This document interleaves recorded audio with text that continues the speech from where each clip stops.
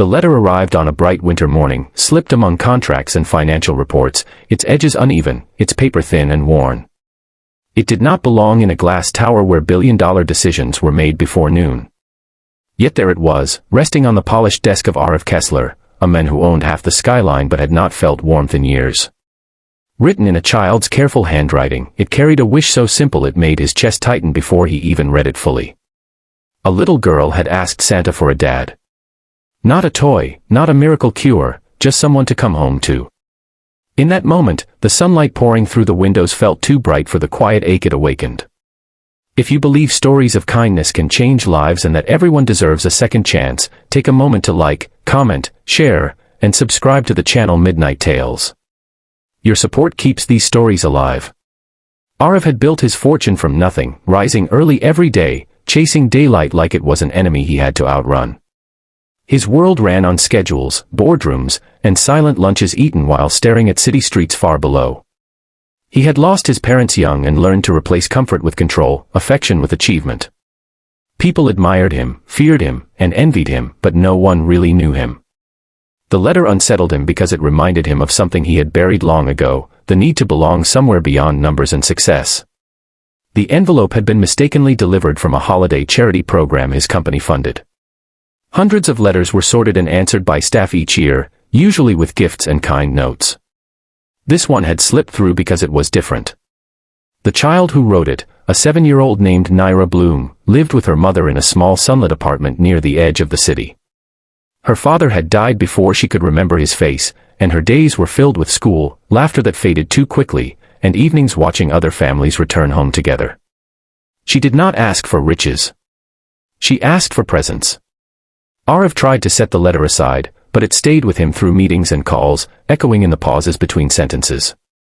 By midday, he found himself standing by the window, watching parents walk their children across the street below, backpacks bouncing, hands held tight. The city hummed with life in full daylight, yet he felt like an observer behind glass. For the first time in years, he wondered what it would feel like to matter to someone simply because he existed. He decided to learn more, not out of obligation, but out of a curiosity that felt dangerously close to hope. Through the charity's coordinator, he discovered Naira's story. Her mother, Alina Bloom, worked long daytime shifts at a community clinic, doing her best to keep their small world steady. Naira was bright, polite, and known for drawing pictures of families she imagined rather than remembered. Arif told himself he was just ensuring the letter received a thoughtful response. Yet something deeper had already begun. Days passed, filled with sunlight and restless thoughts. Arif arranged for a visit to the charity center where children and parents gathered for holiday events. He arrived in plain clothes, unnoticed, standing among volunteers as laughter spilled through the room. That was when he saw Naira. She sat at a low table, coloring carefully, her face serious with concentration. When she looked up, her eyes carried a quiet longing that did not belong to a child so young. Arif felt it like a gentle blow to the chest. He did not approach her that day. Instead, he watched from a distance, noticing how she waited for her mother, how she smiled at kindness, how she shrank slightly when other children spoke about their fathers.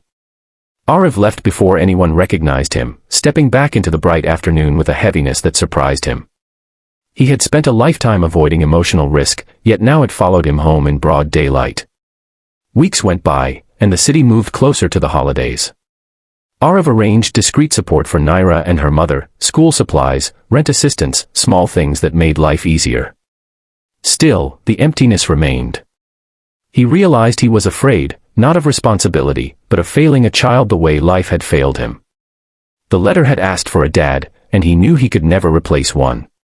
But maybe he could become something else, something real. The turning point came one ordinary afternoon when Arif returned to the charity center, this time staying. He helped organize books, laughed awkwardly with volunteers, and found himself sitting across from Naira as she drew. She looked at him with curiosity, not knowing his name or wealth, only that he was present.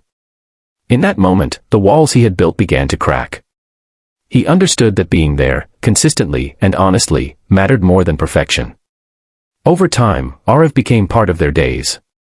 He visited during daylight hours, joined school events, learned to listen more than speak. Alina was cautious but grateful, watching a man who seemed to be learning how to be human again. Arav discovered joys he had never known, walking in the sun, sharing simple meals, feeling the quiet pride of showing up. The challenges were real. Doubt followed him, and fear whispered that he did not belong. But each smile from Naira pushed that fear further away. As the holidays arrived, the city glowed under pale winter light. Arav realized his life had changed not through grand gestures, but through steady care. He was no longer alone in his towering apartment. He had laughter to return to, questions to answer, and a reason to slow down. The letter that had landed on his desk had not just asked for a dad. It had offered him a chance to heal. If this story has touched your heart even a little, please take a moment to like, share, and engage with this video. Your support means more than you know. Before we end, we have one special request. Please comment below and share what kindness means to you or how a simple act once changed your life. On a bright morning not unlike the one when the letter first arrived, Arav watched Naira walk into school, her steps confident, her smile easy. He did not know what the future held, but he knew this. Sometimes, the greatest gifts arrive quietly, written in uneven handwriting, asking not for miracles, but for love.